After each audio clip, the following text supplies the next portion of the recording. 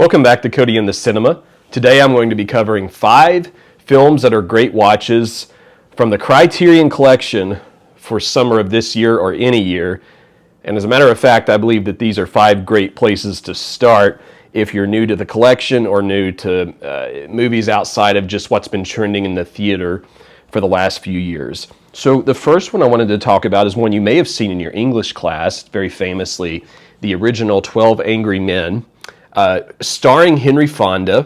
And if you haven't seen the picture, you're unfamiliar with it, this is a courtroom drama where a group of jurors are trying to figure out whether or not a young man has committed murder.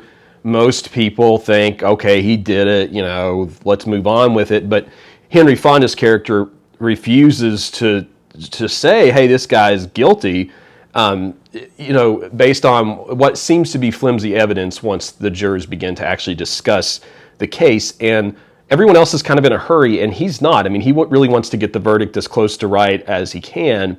And this movie is so tightly scripted and shot, and the defendant is a Puerto Rican teenager. So there's some prejudice here from some of the jurors, and it's very few movies are able to hold you second to second the way that this one does. It hasn't aged a bit. It's a black and white classic. And if I had to say to somebody, hey, I want to start with a black and white movie. I've never really seen one. This might be one of the best places to start. English teachers, if you haven't considered showing this to students, you definitely should. It's a beautiful picture, and I highly recommend it. And I recommend it for summer because it does take place on a really hot summer day, and everyone's sweating and the fan's going. And, if your air conditioner's ever been broken in a building, you can relate to that one. So 12 Angry Men. Give it a shot if you haven't, one of the all-time greats. And speaking of a difficult, hot, miserable summer day, how about we go to Brooklyn here for Spike Lee's very best film, in my opinion, Do the Right Thing, in this beautiful casing here. There are several versions of it, but I really love mine. And if you haven't seen this one, so this takes place in Brooklyn, like I said, on a very hot day, and this story involves Mookie here, played by the director himself, I believe. And this is a neighborhood where one of the main sources of food for people is Sal's Pizzeria. And Sal has noticed over time his neighborhood has grown more, diverse. And some of the movie, if not a lot of the movie, is about some of the friction between characters of different ethnic groups. It's incredibly funny and engaging. This is one of the funniest movies in the collection at times, and the cast is absolutely wonderful. It is one of the all-time great ensemble cast that you will, of actors that you will ever see. There's a beautiful, wonderful reference to Night of the Hunter. There's an allusion there that's made perfectly. This thing is so tightly directed. The ending is just one of the best endings of that decade, because I believe this is, the 80s. One of the most memorable endings in any movie. And if you have not seen this is another time I'm like, well, if you want to get into a little bit older movies, this might be a really good place to start. I know this was one of the films that got me into stuff from the 80s, so Do the Right Thing. Definitely check that one out. If you haven't seen it, or go give it another watch if you haven't seen it in a long time. Now, if you're okay with slower moving movies that are longer, then the one I'm about to pick up might be your favorite. If you've seen a lot of Criterions, it's certainly in my top 100. Brighter Summer Day. Brighter Summer Day. And the reason I struggle to say this is I'm thinking about the line from the Elvis song that is partial inspiration for the name of this film. But this is a film by Edward Yang about a fairly, not a well-off, but a family that's doing okay, and their son struggles with school, and he kind of gets involved in some crime and so forth. And this is, in some ways, this is a family drama. In some ways, it's kind of has those gangster crime elements. There's some really good use of incorporation of Elvis in here.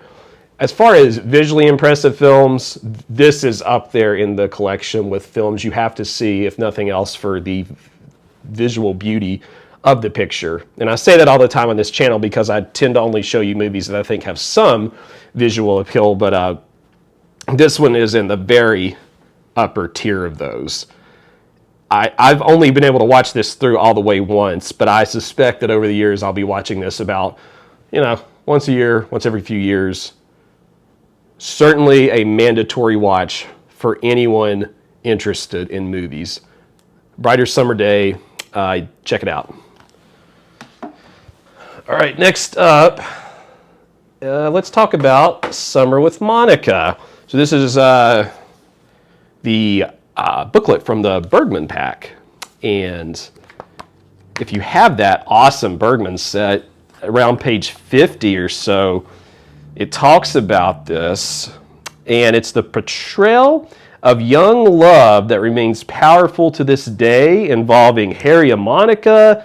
They're tired of their lives, and the book says drab lives in Stockholm, and they have this great summer romance, and then they're on the water, they're on the boat, they're having this wonderful time. They haven't had the best lives growing up, and then once they do grow up and they do go forth with this marriage, things change a little bit. So this would be a great watch. Summer with Monika would be a great watch if you've ever been in a young puppy love kind of relationship and things have changed. I suspect that of all the films here, for those of you that have been in that situation, this will hit you the hardest. So do be aware that it's, it could be an emotionally taxing movie for you. I think this is, for me, this is one of the best Bergman films I've seen. My personal favorite right now is Cries and Whispers, but this would be on up there with it. Great stuff. A really good film in terms of representation of women in cinema, and I think Bergman was ahead of his time in that particular matter. So definitely recommend Summer with Monika. And surprisingly, whenever I've looked up Bergman films, that one doesn't always come up, but it's a must-see. So probably reminds me to get my Bergman pack out. Give him some more watches, huh? And finally, my favorite movie of all these, and a very good list of movies here. And I will always plug Yasujiro Ozu when I can on my channel. Floating Weeds, my favorite film that he's ever done to this day.